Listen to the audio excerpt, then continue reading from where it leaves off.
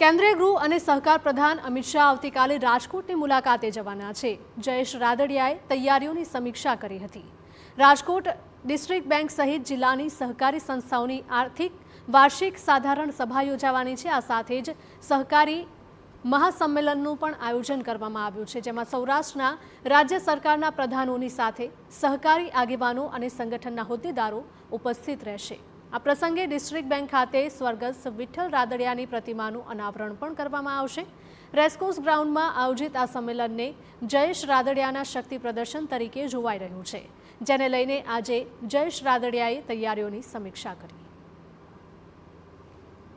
કેન્દ્રીય ગૃહમંત્રી અમિત શાહ આવતીકાલે રાજકોટ આવી રહ્યા છે ને મોટું સહકાર સંમેલન છે તે આવતીકાલે થવાનું છે।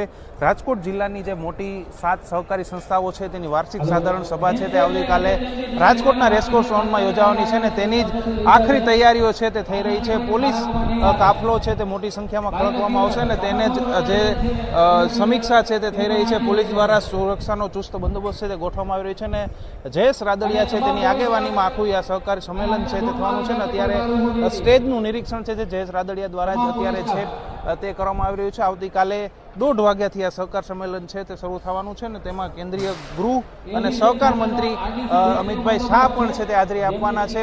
30,000થી વધુ ખેડૂત સભાસદો આ સહકાર સંમેલનમાં આવે તેવી પૂરેપૂરી શક્યતા છે તે રહેલી છે ને તેને જ લઈને મોટો પોલીસ કાફલો છે તે પણ ખડકી દેવામાં આવ્યો છે। આ સહકાર સંમેલન રાજકીય રીતે પણ ઘણું મહત્વનું માનવામાં આવી રહ્યું છે ને જયેશ રાદડિયા એક મોટા સહકાર સંમેલનથી પોતાનું ફરી એકવાર શક્તિ પ્રદર્શન કરશે તેવી પણ રાજકીય ગલીઓમાં ચર્ચા છે તે થઈ રહી છે ને અત્યારે આ તૈયારીઓ છે તેને આખરી ઓપ છે તે આપવામાં આવી રહ્યો છે। રોનક મજીઠિયા, TV9 રાજકોટ।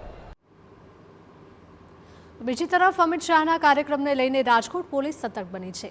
રેસકોર્સ ગ્રાઉન્ડમાં કાર્યક્રમ સ્થળની સાથે જ શહેરમાં સુરક્ષા વ્યવસ્થા સઘન કરવામાં આવી।